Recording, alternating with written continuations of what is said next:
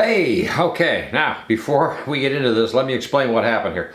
The idea was to take a tool, in this case the circular saws, and compare them. And they have to be a couple years old. That was the criteria, because after a couple years you really know what you got, you know, a half decent tool on your hands or not. I don't like these battery operated circular saws anyways. That's, you know, I prefer the corded 7¼ inch circular saw, but they're handy.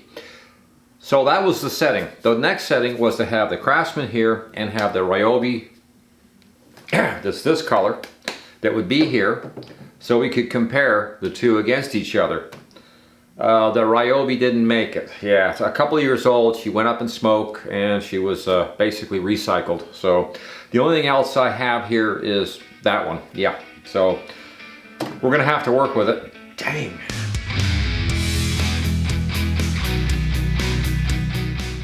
Yeah, like I was saying, I'll just pretend this is green because we lost it. But the green one or this one, they feel really cheap, and as soon as you hit the trigger, you know, you just you already feel like you're not really dealing with much of a saw. The difference in price, and again, these are the cheap ones. This was like $59, and I think this is $69. There's like $10 difference between them. And of course, you go into two different stores.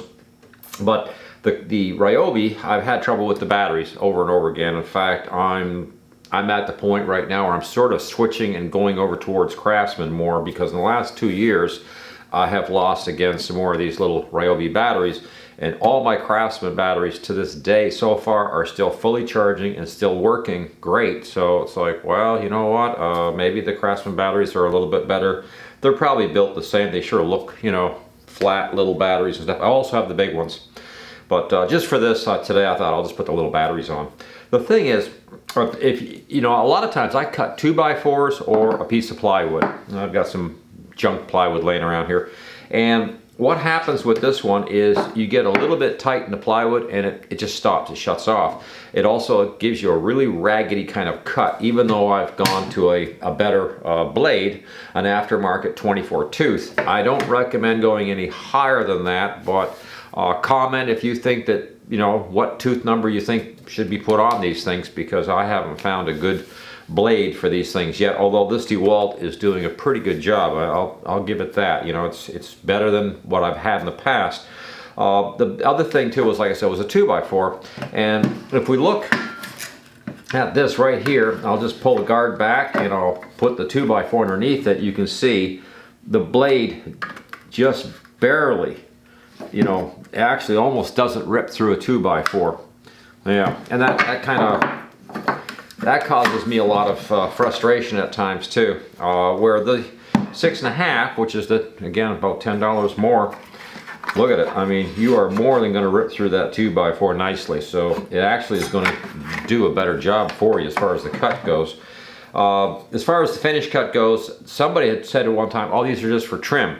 If you've ever cut with one of these and done a little bit of light trim work, you'll find out it just seems like shrapnel just flies off and you end up with a nasty looking cut.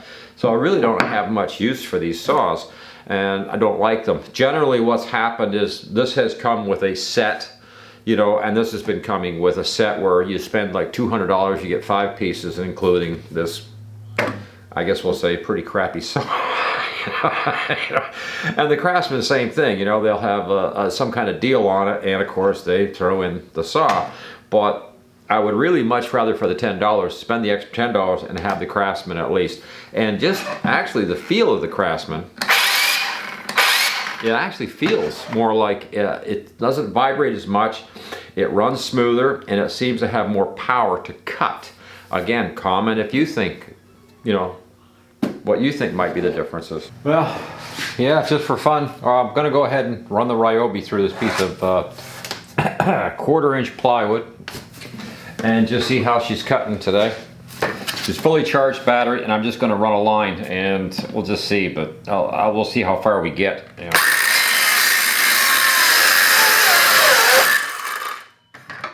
Yeah, and yeah, look at that. There's the mess. And I'm surprised she didn't stall on me or something, but she didn't. But we'll push that aside, and then we'll run the Craftsman through the same thing. Just take just run a rough line through her.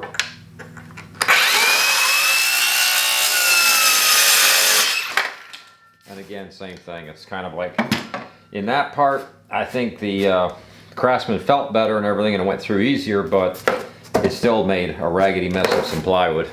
Okay, and the next test is a simple thing. I'm just going to cut a 2x4 off. Now I'm going to use this to help guide, just so we get a good straight cut. That they, you know, we don't twist or do anything funny with the saw. And we're just going to take a little piece off here with it and just see how that does. And there's what I'm talking about. She quit before we got through. Yeah, and boy, we didn't quite get the bottom of it, but good enough. That's the Ryobi 5.5. And again, I don't really like any of these battery operated saws, but let's try the Craftsman and just see how she goes through. And a Craftsman, and let's see how we do with that. Yeah, there we go. Yeah, let's see here. Wow, that felt a lot better. A lot easier than that Ryobi. Okay, so it wasn't a real fair fight today because Mr. Old Lime Green Ryobi didn't make the cut today, but unfortunate. But it did feel the same as this one here. Ryobi hasn't really stepped up their game much, but when you pay like $59 for one of these saws, you know you're not buying a whole quality. And the Craftsman, it is $10, I think more. It was $59 and $69 in the two stores right now. But I'll be honest with you, if I was going to buy one of these, I would definitely go towards the Craftsman and stay away from the Ryobi. I've had Ryobi tools for 20 plus years, and they've served me, you know, for their cheap price. They do a good job. They're okay for whatever you need. The thing was, today was, my real curiosity was, after a couple of years, you know, what's the power difference at this point? And I can really feel the power difference in the Craftsman. It is cutting better, it's smoother, it doesn't vibrate as much. It has one thing that's sort of not real deal breaker, but this is definitely a heavier saw. When you're handling it, you can feel there's more weight to it. A larger battery back here would make it just that much a better saw all the way around, but it just cuts better, and it just seems to give good, reliable cuts through like 2x4s and plywood and what have you. I don't like them, like I've said many times. You know, I'm not crazy about these battery tools anymore. 25, 30 years ago, battery tools started coming out on the market, and I went like everybody else, started buying all the battery stuff up. And really quickly, I had a lot of trouble with the Ryobi batteries, and I continue to have problems with them. Even this one here, we had to mess with it to get a full charged one. I have probably about 6 of these, or maybe more, and we had to go through them to try to find one that was fully charged today, even, just so it was a fair test. The Craftsman didn't have any problem. I just grabbed one of my Craftsman batteries. They all fill all the way up all the time. So real strange difference there. And again, you are spending a little bit more, but I really would lean towards the Craftsman. If I was going to buy into something like this, I would definitely go Craftsman on it.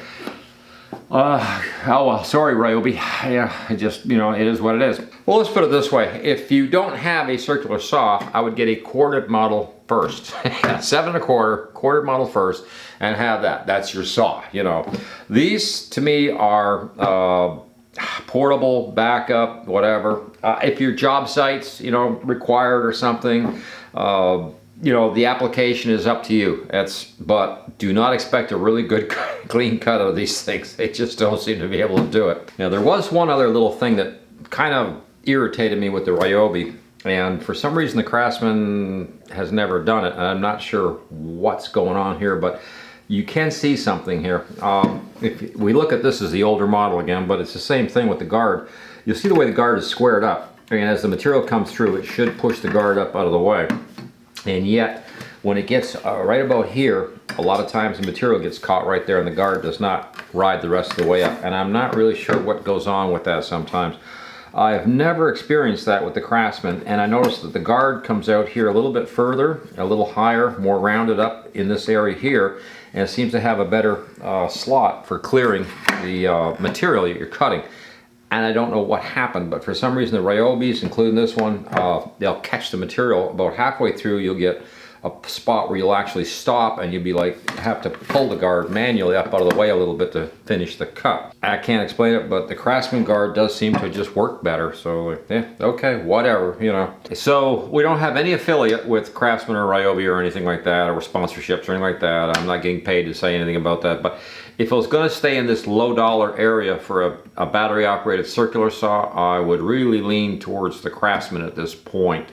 This one is the best battery operated circular saw I've ever had in here, and like I said, it's got a couple years on it now and it's still doing a really good job for what it is. I can't expect a lot out of it, and we're just gonna say that was that level. Yeah, the 7 1/4 ones that are out cost about, I think they're around $99, $100, whatever. You might even want to consider spending a little more and just get a better saw.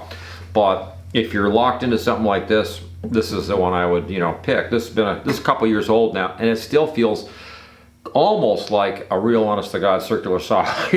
So I'm gonna say that's it, you know, for today. But hey, thank you for watching Coffee and Tools. Please like, share, subscribe, ring the notice bell. We're giving stuff away, tools and whatever. And I'm out of here. So over and out.